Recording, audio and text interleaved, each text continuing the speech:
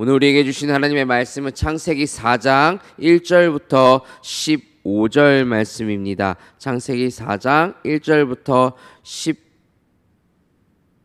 15절 말씀인데 저희는 15절만 읽도록 하겠습니다. 15절 읽겠습니다. 여호와께서 그에게 이르시되 그렇지 아니하다. 가인을 죽인 자는 벌을 7배나 받으리라 하시고 가인에게 표를 주사 그를 만나는 모든 사람에게서 죽임을 면하게 하시니라. 아멘.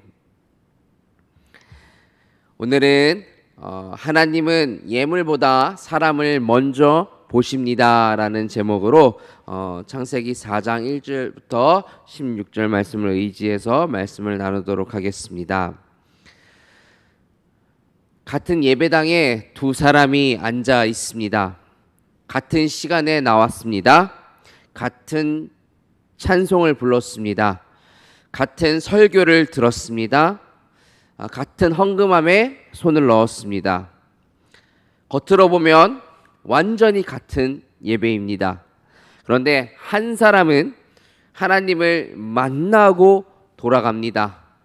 그런데 다른 한 사람은 빈 마음을 가지고 돌아갑니다. 빈 마음으로 돌아갑니다.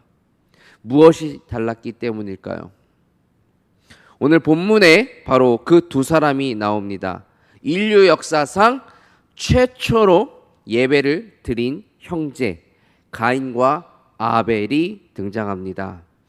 두 사람 다 하나님 앞에 예물을 가져왔습니다. 농사짓는 가인은 땅에 소산을 가지고 나왔고 양을 치던 아벨은 양을 가지고 하나님 앞에 나왔습니다. 각자 자기 직업에서 나온 자연스러운 예물입니다. 그런데 그 결과가 달랐습니다. 창세기 4장 4절 5절 말씀을 보겠습니다. 아벨은 자기도 양의 첫 새끼와 그 기름으로 드렸더니 여호와께서 아벨과 그의 제물은 받으셨으나 가인과 그의 제물은 받지 아니하신지라. 하나님께서 아벨의 제물은 받으셨다고 합니다. 가인과 그의 제물은 받지 아니하셨다고 말씀하고 있습니다. 왜였을까요? 이 아침 그 이유를 한번 보도록 하겠습니다. 오늘 창세기가 우리에게 알려주는 첫 번째 교훈은 뭐냐면 하나님은 예물보다 사람을 먼저 보신다는 겁니다. 4절을 천천히 한번 보십시오. 여호와께서 아벨과 그의 제물은 받으셨으나. 순서가 보이십니까? 여호와 하나님께서 받으신 것이 무엇이 먼저입니까? 아벨과 그의 제물입니다. 아벨이 먼저이고 제물이 그 다음입니다. 아벨이라는 그 사람을 먼저 보셨고 그 다음이 제물이었습니다. 5절도 똑같습니다.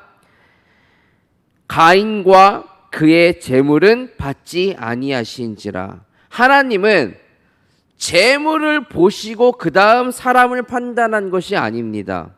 사람을 먼저 보시고 그 다음 그 손에 들린 제물을 본 것입니다. 순서를 잘 보십시오. 성경은 아벨의 예물을 이렇게 묘사하고 있습니다.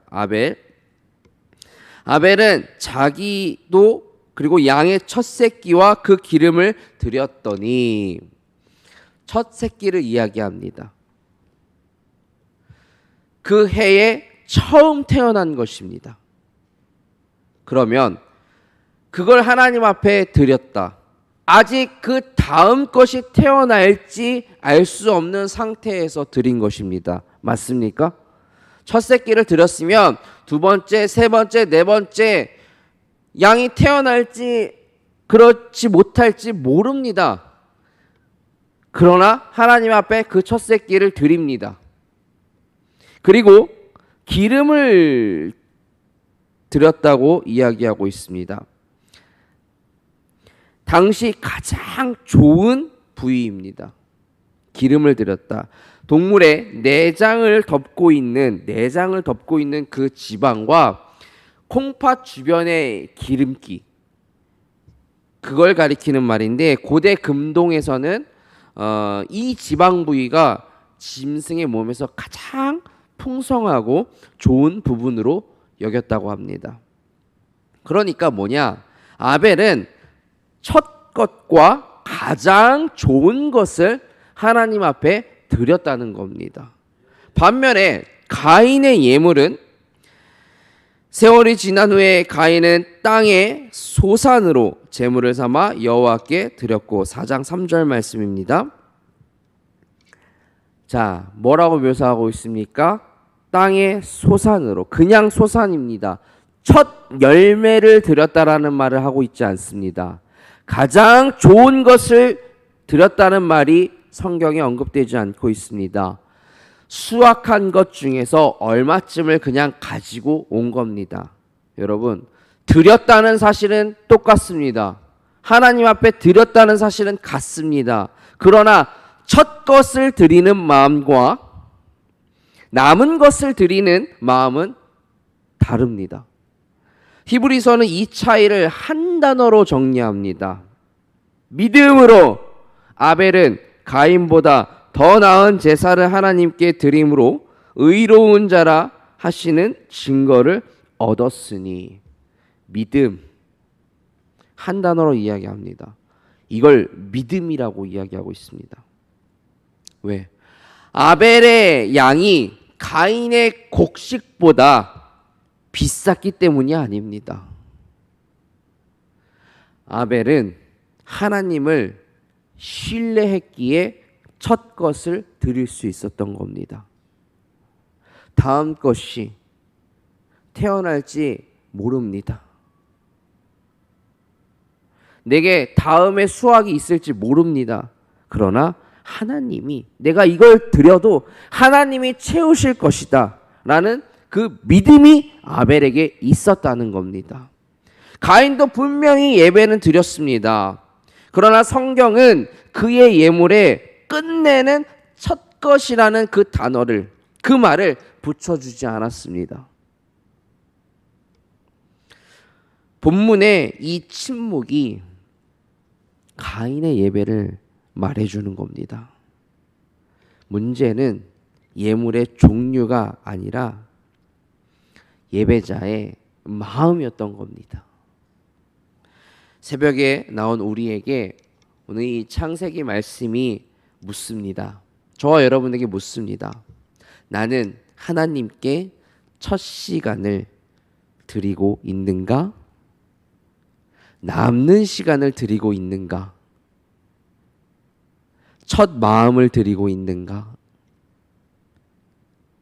혹 다 쓰고 남은 마음을 하나님 앞에 드리고 있는가?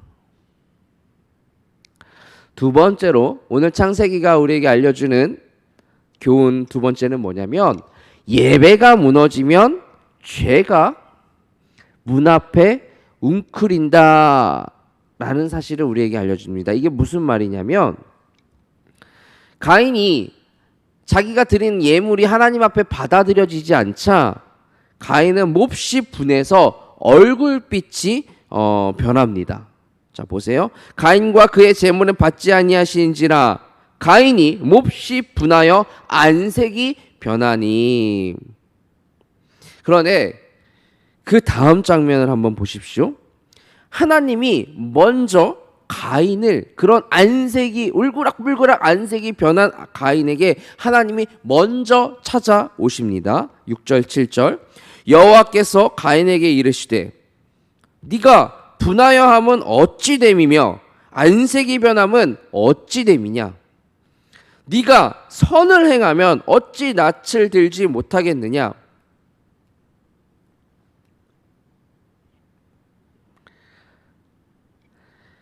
죄가, 선을 행하지 아니하면 죄가 문 앞에 엎드려 있느니라. 죄가 너를 원하나 너는 죄를 다스릴지니라. 7절을 제가 안 적어놨네요. 예배에 실패한 가인을 하나님께서는 버리지 않으십니다. 먼저 찾아오셔서 울그락불그락해 있는 그 가인에게 찾아오셔서 말을 먼저 걸어주시고 경고까지 해주십니다. 죄가 문 앞에 엎드려져 있느니라. 자, 7절 말씀 한번 다시 보겠습니다. 여기 죄가 문 앞에 엎드려져 있다라는 단어에 로베츠라는 단어가 쓰여져 있습니다. 이 엎드리다, 죄가 문 앞에 엎드려 있다. 이게 무슨 말이냐면 맹수가 사냥감을 노리면서 몸을 이렇게 웅크리고 그 사냥감을 노리고 있는 모습을 죄가 문 앞에 엎드려 있다, 엎드리다라는 단어를 그때 씁니다. 맹수가 사냥감 앞에서 몸을 이렇게 웅크리고 있는 모습. 그러니까 죄가 그런 거라는 겁니다. 문 밖에서 웅크리고 기다리고 있습니다. 뭘? 내 마음이 분노로 뜨거워졌을 때, 남과의 비교로 쓰라려 하고 있을 때, 왜 쟤는 되고 나는 안 돼? 라고 그렇게 할 때, 저분은 되는데 왜 나는 안 될까? 바로 그 문 앞에 우리를 집어삼키려고 죄가 웅크리고 기다리고 있다. 그런데 이 타이밍을 보십시오. 언제 그랬습니까? 예배가 무너졌을 때였습니다. 가인의 예배가 무너졌을 때. 그러니까 죄는 무너진 예배의 그 문 앞에서 웅크리고 기다립니다. 그러나 하나님은 말씀을 하십니다. 기회를 한번 더 주세요. 자, 보실까요? 4장 7절. 너는 죄를 다스릴지니라.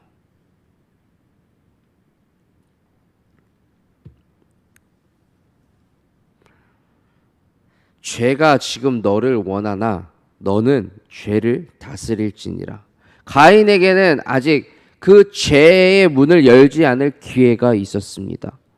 자기가 죄를 짓지 않을 기회가 있었다는 거예요. 그 죄를 다스릴 기회가 있었다고 하나님이 직접 오셔서 그 길을 알려주고 있는 겁니다.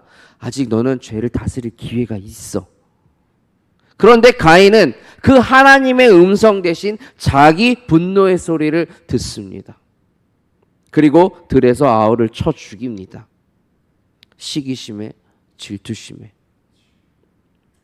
인류 최초의 살인 사건은 단순한 강도 사건이 아니었습니다. 여러분 이거 잘 기억하셔야 됩니다.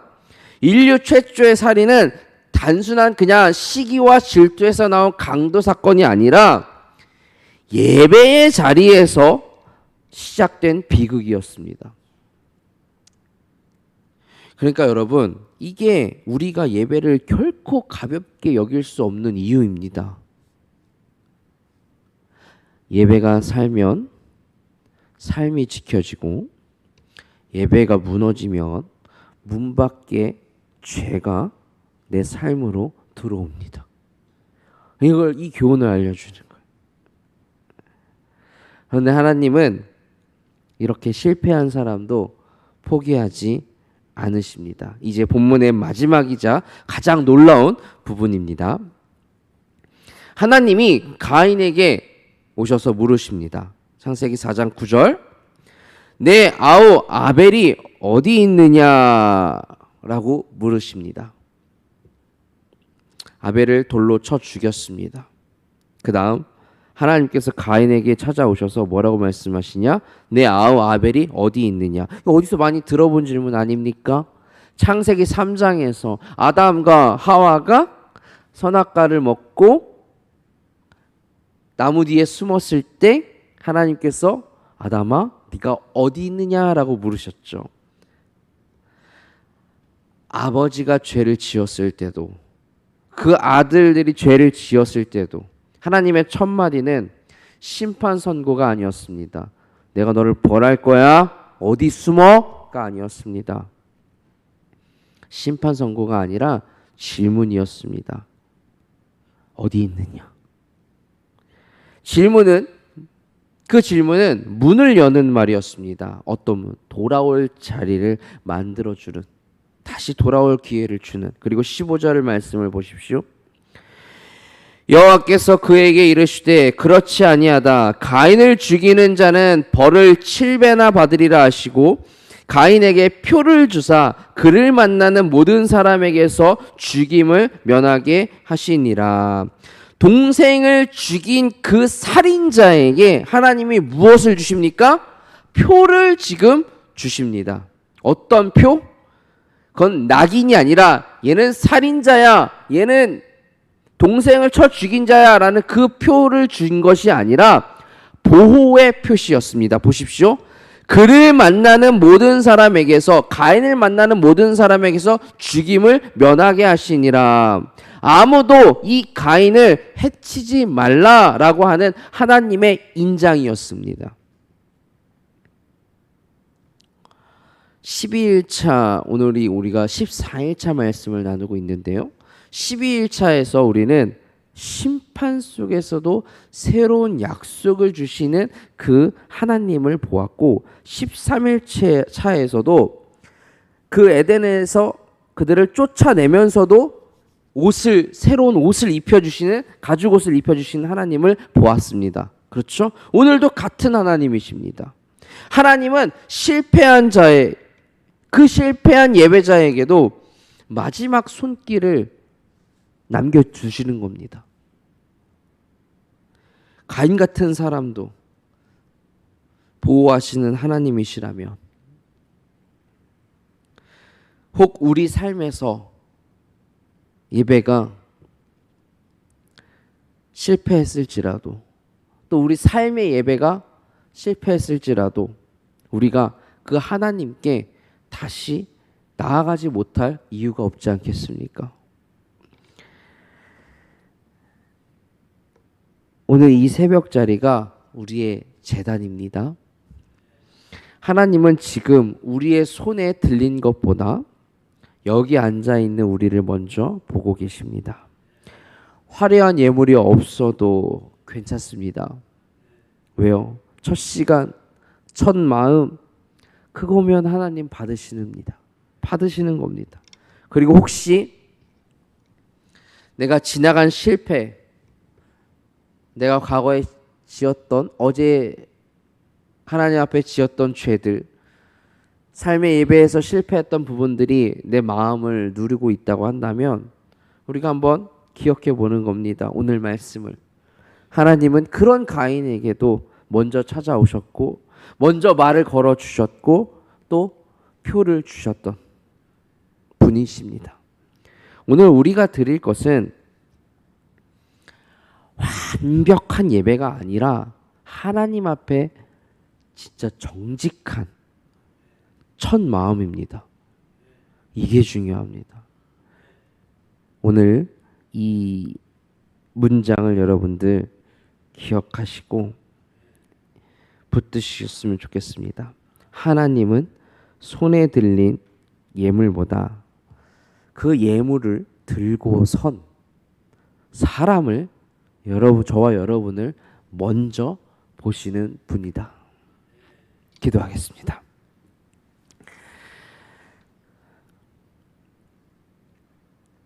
예물보다 사람을 먼저 보시는 하나님, 오늘 새벽 첫 시간을 주님께 드립니다. 손에 들린 것은 작지만 이 마음이 주님 첫 것이오니 받아 주시옵소서. 혹시 우리 마음 문 밖에 웅크리고 있는 분노와 또 비교와 미움이 있다면 이 새벽에 말씀으로 다스리게 하여 주시옵소서. 예배가 무너져 삶이 무너지는 일이 없도록 날마다 첫 마음의 제단을 쌓을 수 있도록 도와주시옵소서. 실패한 자를 먼저 찾아오시고 또 표를 주어 지키시는 그 하나님 아버지의 은혜를 의지하며 오늘 하루를 살아가게 하여 주시옵소서. 오늘 하루 우리의 삶을 주님 앞에 온전히 의탁하오며 이 모든 말씀 살아계신 우리 주 예수 그리스도의 이름으로 기도드립니다. 아멘.